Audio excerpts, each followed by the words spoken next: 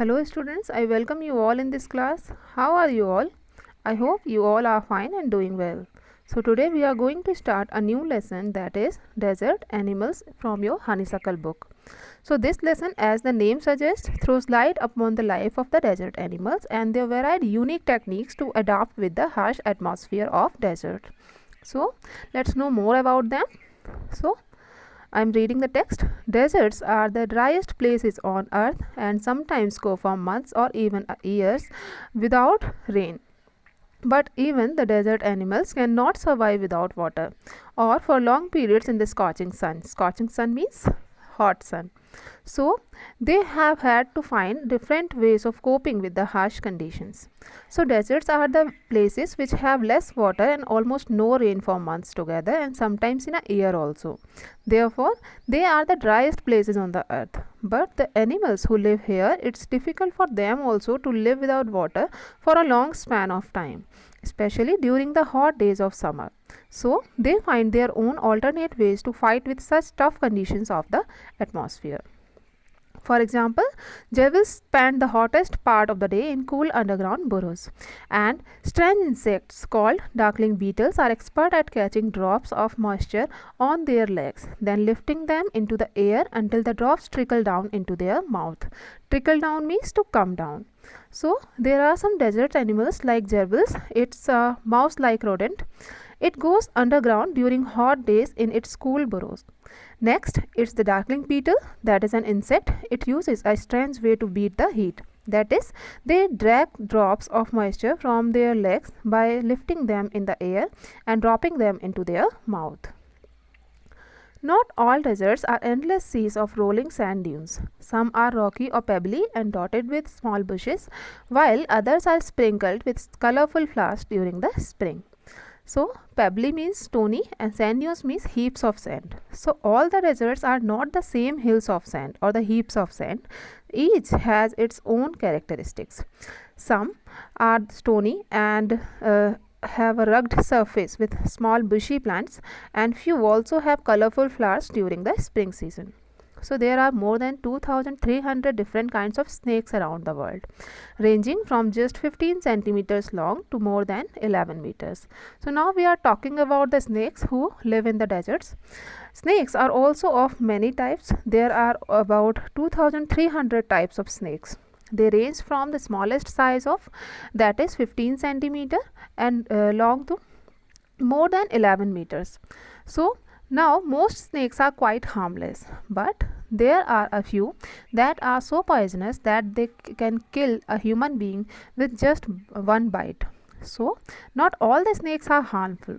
Most of them are harmless, but few are so poisonous that their one bite is enough to kill anyone. Most snakes lay eggs, but there are many which give birth to their young. In the dry, rocky deserts of America lives a rather evil-looking snake with a very bad reputation. Its frightening rattle can be heard as far as 30 meters away, and it can strike with lightning speed. Rattle means an unpleasant sound, and lightning speed means very fast speed.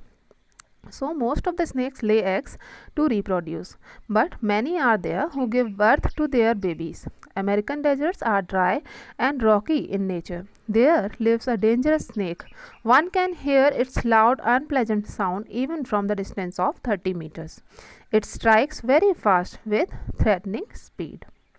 But the rattlesnake, or rattler as it's sometimes called, prefers to avoid people if it possibly can.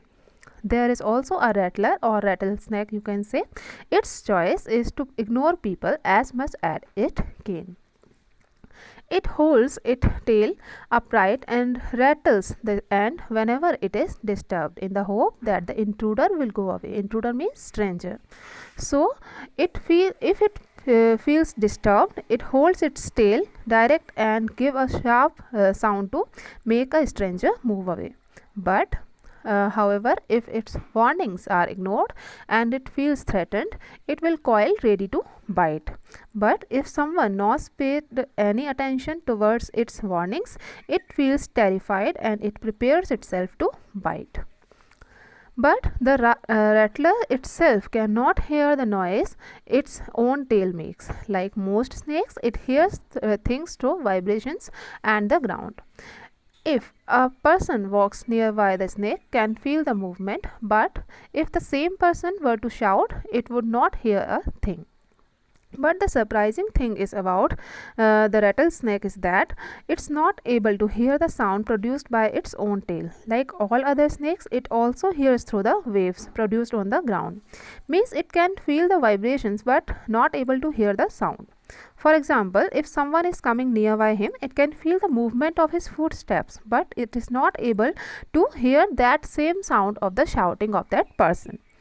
Now, rattlesnakes are very common and widespread animals living right across the American continent from Canada to Argentina, and they feed on a variety of prey including mice, voles, rats, chipmunks and many other small creatures. Chipmunks means a kind of squirrel, you can say, and voles means a kind of small rats. Now, rattlesnakes are commonly found in the American continent from Canada to Argentina, and their prey choice includes more animals like mice, small plant-eating rodents like voles, rats, chipmunks, etc. And like all snakes, they swallow the unfortunate animals whole. Few snakes have to eat more than once a week, and some, such as the larger pythons, can survive for a year or more without eating. So they use their poisonous toxin in their body to kill its prey. In the same way, like other snakes gulp down or eat the animals completely. Their eating habits also vary. Some snakes eat more than once a week, and some, like the large pythons, can do without eating for a year or more. So, venom here means poisonous. Mongoose like to hunt together, but they always keep a lookout for the dangerous predators nearby. Predators means hunters. So, now we are talking about mongoose who live in the deserts. So, mongoose go hunting in groups. They always keep a place from where they can watch hunters near them. Poking their noses into holes, overturning rocks with their paws, and scratching the ground with their sharp claws. Banded mongoose are very amusing animals to watch. Banded means there are some strips on their body. Now it's interesting to watch them banded, poking their nose into holes, overturning rocks with their paws, and scratching the ground with their sharp claws. It's very common to view them, and it's very interesting to watch them while doing all these things. So a common sight in many parts of Africa, they travel in groups of about 20 to forage for beetles, millipedes and other small creatures. Forage means to search. So they travel in search of food, and it's very common to view them traveling in groups of about 20. Their food is beetles, millipedes and other small creatures. They like to hunt together, keeping in touch whenever they go out of sight behind rocks or bushes by twittering and calling. So they move in groups to search for their food, but if they needed to move to places which are not visible, like at the back of bushes or rocks, they make sounds like chirping or twittering to stay in touch. Always on the lookout for danger, hawks, eagles and other large snakes, they warn one another with a special alarm call if they spot anything suspicious. Suspicious means doubtful. So they take extra care to keep a place from where they can watch the animals who are dangerous from them, like hawks, eagles and large animals like snakes. So on noticing about doubtful, they make a special warning call to alert one another. Mongooses are famous for being able to kill snakes without getting hurt themselves. Their reactions are so fast that they can dodge each time the snake strikes. They continually make a nuisance of themselves until after a while, when the snakes get tired, they quickly dive in for the kill. Dodge means to move quickly. Now, mongoose are known for their ability to kill snakes. They don't even get hurt while doing so, and their reactions are quite quick, and it can move quickly whenever a snake coming towards it. They continually create a disturbance to keep annoying the snake with their attacks until it's get tired and gets killed by them. All female mongooses have their kitten at about the same time. They are raised by the whole group in a den and made inside an old termite mound or hollow log. Termite mound means a house created by an insect, that is termite, and hollow log means hollow wood. When most of the adults are looking out for food, one or two males stay behind to stand guard until the others return for the night. Now, the peculiar thing is that in mongoose that all the females give birth to their babies at the same time, and the babies are raised by the whole group. It means that looking after the babies is not the responsibility of one mongoose only. Rather, it's the responsibility of the whole group. They look after them in a house they have made inside an old termite mound, means a heap of mud created by an insect named termite, or in a hollow log or wood. When they go out for searching food, two of the male members stay back to look after the babies and wait till the others come back. So, this is the sense of duty or responsibility that we can also see in the animals like mongoose. Other animal which lives in the desert is the camel.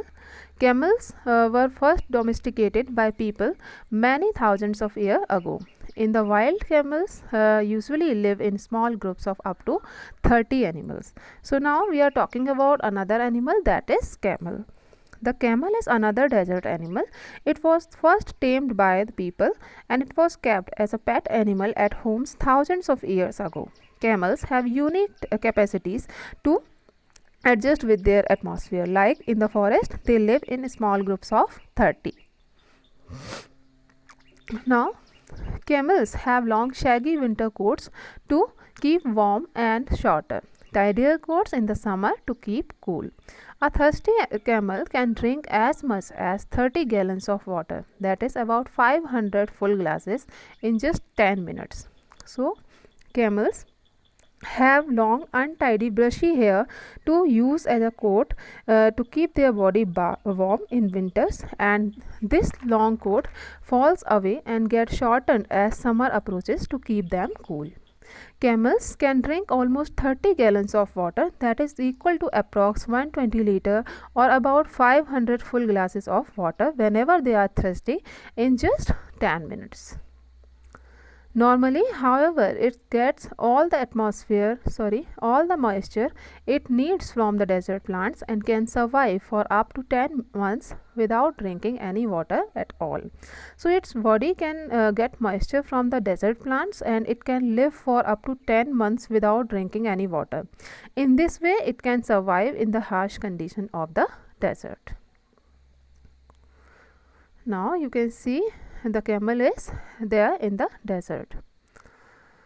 There are two different kinds of camel. One, known as the dromedary, has only a single hump. The other is called a Bactrian camel and has two humps.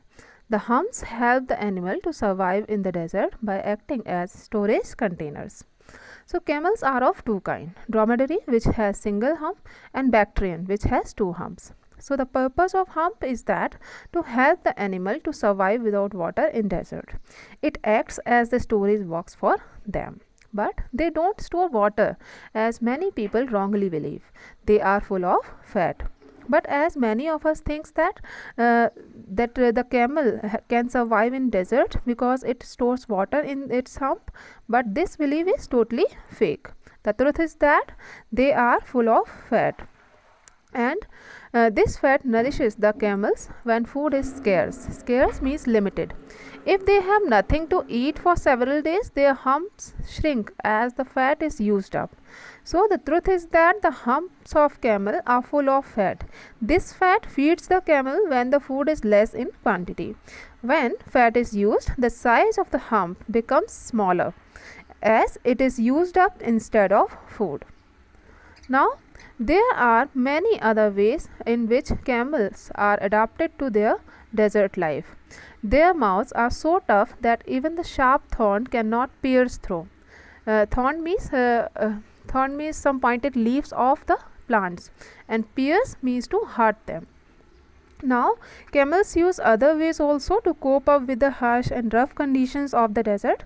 The mouths are so hard that they can even eat pointed leaves of the plant, or you can say thorns, without getting hurt themselves. So, this is all about the desert animals, that how they live and adjust themselves with the rough atmosphere of the deserts. In this chapter, we have read about the some desert animals like snakes, mongoose, and camels, and gerbils, and the small rats who live in the desert.